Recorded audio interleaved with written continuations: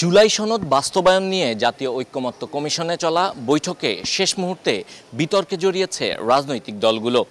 বাংলাদেশ জামাতে ইসলাম, এনসিপি সহ বেশ কয়েকটি দল জুলাই সনদের আইনি ভিত্তির দাবি করলেও পরবর্তী নির্বাচিত সংসদের ওপর তা ছাড়তে চায় বিএনপি। দর্শক, আমন্ত্রণ এটিএন নিউজের নিয়মিত আয়োজন আমাদের কথা অনুষ্ঠানে। আপনারা জানেন, প্রতিদিন কোনো আলোচিত বিষয় নিয়ে সাধারণ মানুষের মতামত আমরা আপনাদের সামনে তুলে ধরি। জুলাই সনদ বাস্তবায়ন নিয়ে পাল্টাপাল্টি অবস্থানে রাজনৈতিক দলগুলো, এ নিয়েই আজ আমরা শুনব সাধারণ মানুষের মতামত। তবে তার আগে চলুন এই বিষয়টি সম্পর্কে এটিএন নিউজে প্রচারিত একটি প্রতিবেদন আমরা দেখে আসি।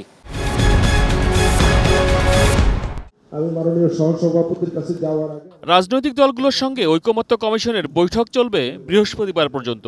এরই মধ্যে জাতীয় সনদের খসড়াও প্রস্তুত করেছে কমিশন, যা দেয়া হয়েছে রাজনৈতিক দলগুলোকে। কমিশনের পক্ষ থেকে যে 5টি প্রস্তাব দেওয়া হয়েছিল, বুধবার ঐকমত্য কমিশনের বৈঠকের এজেন্ডায় ছিল 7টি বিষয়। যদিও সংসদের নারী প্রতিনিধিত্ব নিয়ে আলোচনাতেই বৈঠক শেষ হয়। এদিন জামাত এবং এনসিপি সহ কয়েকটি দল সরব হয় প্রস্তাবিত জাতীয় সনদের আইনি ভিত্তির দাবিতে। আইনি ভিত্তি না দিলে এটা তো একটা খাওয়া দাওয়া আলাপ আলোচনা করে শেষ হলো, অথবা আমরা রিকমেন্ড করলাম, অঙ্গীকার করলাম। কি অঙ্গীকার করলাম? কার কাছে অঙ্গীকার করলাম? কেউ কেউ বলছেন যে এটা এখন দরকার নাই, আগামী পার্লামেন্টে যারা জিতবে তারা গিয়ে এটা করবে। এটা একেবারে একটা অবাস্তব এবং অসামঞ্জস্য বক্তব্য। কারণ আপনি আগামী পার্লামেন্টে যাবেন, তাহলে এই পার্লামেন্ট ইলেকশন কীভাবে হবে? এবং সেখানে আইনগত ভিত্তি দেওয়ার জন্য অনেকগুলো অল্টারনেটিভ আমরা খুঁজে দিয়েছি। 2 বছর সময় নিয়ে সেটা বাস্তবায়নের কথা বলা হয়েছে। আমরা তার ঘোরতর বিরোধিতা করছি। একটা ফাঁকিবাজির সুযোগ এখানে রয়েছে। আমরা জনগণের সঙ্গে প্রতারণার জায়গা তৈরি হতে পারে এমন কোনো জায়গা আমরা তৈরি করতে চাই না। আমরা চাই জুলাই সনদ আমরা সিগনেচার করার সঙ্গে সঙ্গে সেটা যেন বাস্তবায়নের পথ উন্মুক্ত হয়, তেমনভাবে এটার একটা আইনি ভিত্তি দাঁড় করাতে হবে। তবে বিএনপি পরবর্তী সংসদেই জাতীয় সনদ বাস্তবায়ন করতে চায়। দলটির স্থায়ী কমিটির সদস্য সালাউদ্দিন আহমেদ মনে করেন, ঐকমত্যের ভিত্তিতে স্বাক্ষরিত সনদের অঙ্গীকার ভঙ্গ করার সাহস কোনো রাজনৈতিক দল করবে না। জাতীয় নেতৃবৃন্দের সমস্ত দলের প্রতিনিধিদের সিগনেচার সহ একটা সনদ তৈরি হবে। সেই সনদটা ওয়েবসাইটে যাবে, জাতি দেখবে, পত্রিকায় প্রকাশিত হবে। এরপরেও কি কোনো পলিটিক্যাল পার্টি ডেয়ার করবে এটা ব্রেক করার? তাহলে কি তাদের রাজনৈতিক বিশ্বাসযোগ্যতা সেই সমস্ত রাজনৈতিক দলের কি থাকবে? সেই রিস্ক কি কোনো দল নেবে? It is contract in between nation, in between people and the political parties and stakeholders. তা আমি মনে করি সেটা বাস্তবায়নের জন্য একমাত্র জায়গা হবে জাতীয় সংসদ। সনদের বাস্তবায়ন নিয়ে রাজনৈতিক দলগুলোর এমন বিপরীতমুখী অবস্থান নিয়ে কোনো মতামত জানায়নি কমিশন। তবে যেসব সংস্কার প্রস্তাবে ঐকমত্য হয়নি, বৃহস্পতিবার সে বিষয়ে নিজেদের মতামত জানাবেন তারা। ধরুন উচ্চ কক্ষের বিষয় এবং তত্ত্বাবধায়ক সরকার ব্যবস্থার যেই জায়গাটায় এসে আটকে গিয়েছে সে সমস্ত বিষয় নিয়ে সিদ্ধান্ত দেওয়ার কথা বলা হয়েছিল। আমরা আগামীকাল সেই বিষয়ে সিদ্ধান্ত দেব। বুধবার সন্ধ্যায় 1 ঘন্টার বিরতি দিয়ে ঐকমত্য কমিশনের সদস্যরা যমুনায় প্রধান উপদেষ্টার সঙ্গে দেখা করেন। কমিশন আশা করছে বৃহস্পতিবারের বৈঠকের মধ্য দিয়ে শেষ হবে রাজনৈতিক দলগুলোর সঙ্গে তাদের আনুষ্ঠানিক আলোচনা।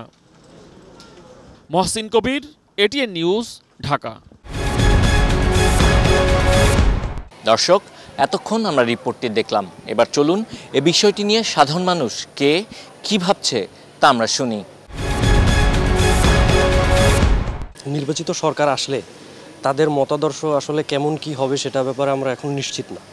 যেহেতু আমাদের জীবদ্দশায় আমরা যারা বিপ্লবী আছি, জেনজি যাদেরকে বলা হয়, আমরা আসলে তাদের শাসনামলটা দেখিনি। যারা সম্ভাব্য ক্ষমতায় আসবে, তো তারা নির্বাচনের আগে আমরা দেখেছি মানুষ এক ধরনের কথা বলে এবং নির্বাচনের পরে আরেক ধরনের কথা বলে। তো সেক্ষেত্রে আমি মনে করি এই যে ইন্টারিম গভর্নমেন্ট, তারাই আমাদের যে আশা আকাঙ্ক্ষার প্রতিফলন যতটা সম্ভব তাদের মাধ্যমেই হওয়া সম্ভব। এরপরে কতটা হবে বলে আমরা বিশ্বাস করি না, বা আমাদের কিছুটা সন্দেহ রয়ে গেছে।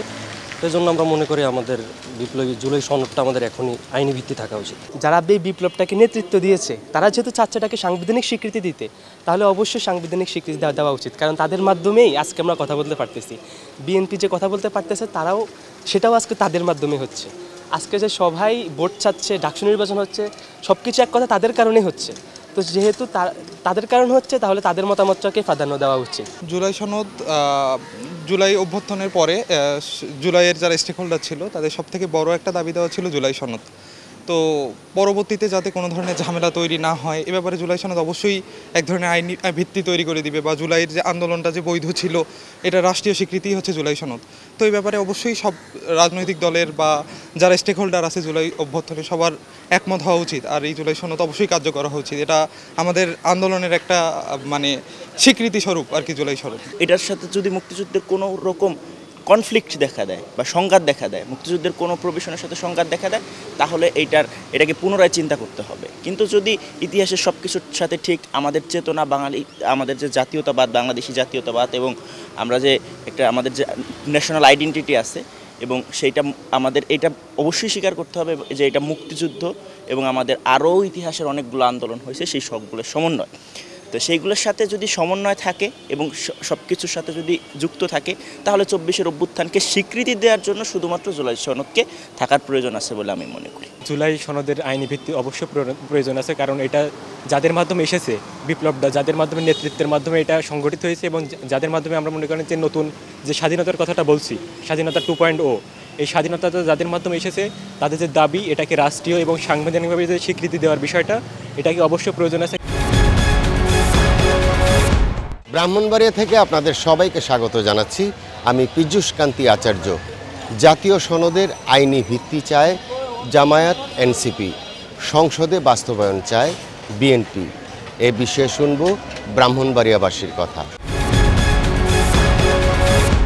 যেই লক্ষ্যে তারা আন্দোলন করেছিল, ছাত্ররা জীবন দিয়েছে, সেই লক্ষ্যটা যদি আপনার জুলাই সনদ যদি আপনার এখন তৈরি করা না হয়, তাহলে দেখা যাবে যদি কোনো সরকার আসে এবং তা যদি সংসদে পাশ করতে যায় তাহলে তা পক্ষপাতিত্ব হতে পারে। তো আমরা মনে করি এখন যেহেতু ঐক্যবদ্ধ কমিশন আছে, ঐক্যবদ্ধ কমিশনের সাথে সকল রাজনৈতিক দল এখানে থেকে উপস্থিত থেকে যেটা সুন্দর এবং সুষ্ঠুভাবে এই জুলাই সনদটা এখানেই করা হোক, তাহলে এটা আর ভিন্ন পথে যাওয়ার কোনো রাস্তা থাকবে না। তার আরও কোনো বিষয় না, পার্লামেন্ট গঠন হওয়ার পরে ঐক্যমতের ভিত্তিতে এটা আইনি বৈধতা পেতে পারে, এবং আমাদের সার্বিক আলোচনার মাধ্যমে এটা মানে কিছু ডিলে হবে, একটু দেরি হবে, তারপর এটা পরিপূর্ণতা আসুক, এটা সংসদের মাধ্যমে আসতে পারে আমি মনে করি। সংসদে কিন্তু শুধু বিএনপি একা যাবে না, কিংবা জামাত এনসিপি তারা একা যাবে না, নানা ধরনের নানা পার্টির লোকজন থাকবে। তো সেইখানে আসলে কতটুকু ঐক্যমতে পৌঁছাতে পারবে বা সেই বিলটা পাশ করতে পারবে সংসদে, সেটা নিয়ে আমরা সন্দিহান। এই জন্য বর্তমান যেই পরিস্থিতি, সেই পরিস্থিতিতে ঐক্যমত কমিশনের মাধ্যমে সকলে একত্রিত হয়ে ঐক্যমতের ভিত্তিতে জুলাই সনদের আইনি ভিত্তি না দিলে আসলে এটার কোনো বিষয় থাকে না। জুলাই সনদের আইনি ভিত্তি চায় এনসিপি এবং জামাত, আর এটির বাস্তবায়ন চায় সংসদে বিএনপি। তো এটির নিউজের নিয়মিত আয়োজন আমাদের কথা অনুষ্ঠান চট্টগ্রাম থেকে আমি স্বাগত জানাচ্ছি মনিরুল ইসলাম পারভেজ। চট্টগ্রামের মানুষ কি বলছে আমরা এখন সেটি শুনে নেব। সংসদে সংখ্যাগরিষ্ঠ আসন যারা পাবে তাদের ভোটে নির্বাচিত প্রতিনিধিরাই এই যে বিষয়টা ঠিক করবে, কারণ জনগণের নির্বাচিত প্রতিনিধি ছাড়া অন্য কেউ এই বিষয়টা মানে বাস্তবায়ন করতে পারে না। আমরা আইনি ভিত্তিটাই চাচ্ছি, কেননা যারা জীবন দিয়েছে এই মানে জুলাইয়ের মধ্যে, ওদের স্বীকৃতিটা আমরা অবশ্যই চাই, কেননা ওরা তো দেশটাই ইয়া করার জন্য, মানে ভালো একটা জায়গায় যাওয়ার জন্য ওরা জীবনটা দিয়েছে, হ্যাঁ, ভালো একটা কিছু চাওয়ার জন্য। আমি ওদের স্বীকৃতিটা চাই যে ওরা সনদটা আমাদের জন্য প্রয়োজন। এখন তো ইন্টারিয়াম গভর্নমেন্ট, এটা তো এই গভর্নমেন্টের তো কোনো তত্ত্বাবধায়ক সরকার, তো ওরা বাতিল করছে, বাতিল করার পরে ইন্টারিয়াম গভর্নমেন্টের তো কোনো ইয়া নাই, আইনি ভিত্তি নাই। তো এটাই তো ইলেকশনের পরে যখন সংসদে যাবে তখন ওরা আইন পাস করে ওই জুলাই সনদটা বাস্তবায়ন করবে। দর্শক, শেষ করছি আমাদের কথার আজকের আয়োজন। আগামীতে আবারও দেখা হবে ভিন্ন কোনো বিষয় নিয়ে। সে পর্যন্ত আমি সাব্বির আহমেদ আপনাদের কাছ থেকে বিদায় নিচ্ছি। সুস্থ থাকুন, নিরাপদে থাকুন, থাকুন এটি নিউজের সঙ্গে।